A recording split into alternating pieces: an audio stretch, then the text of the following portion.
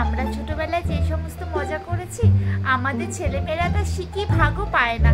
তোর মনে আছে সেই ছোটবেলার দিনগুলো?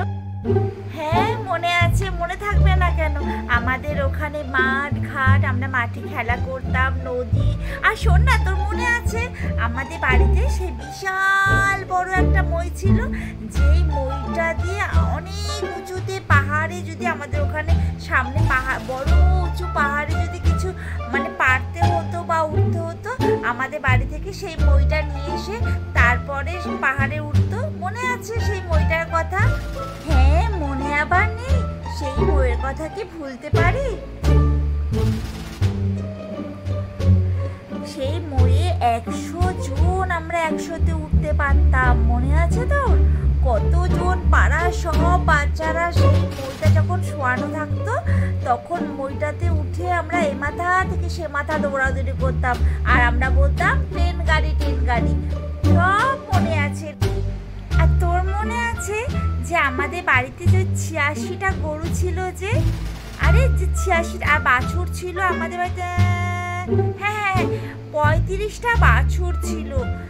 এতগুলো গরু, সেই দুধ মা জাল দিয়ে ঘি বানাতো, সন্দেশ বানাতো, কি যে সেই স্বাদ, তোর মনে আছে? হ্যাঁ মানে ঠিক মনে পড়ছে না রে, এত গরু বাছুর তোদের বাড়িতে ছিল?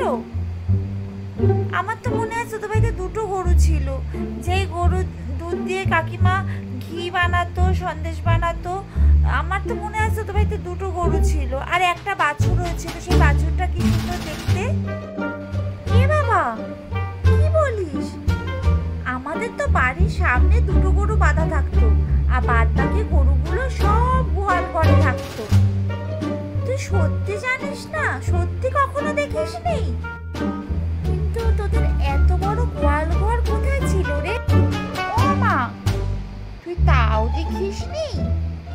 এখন বুঝি তুই এটাও বলবি যে তোদের সেই মইটা আমাদের গোয়াল ঘরে রাখা থাকতো, তুই সেটাও জানতিস না?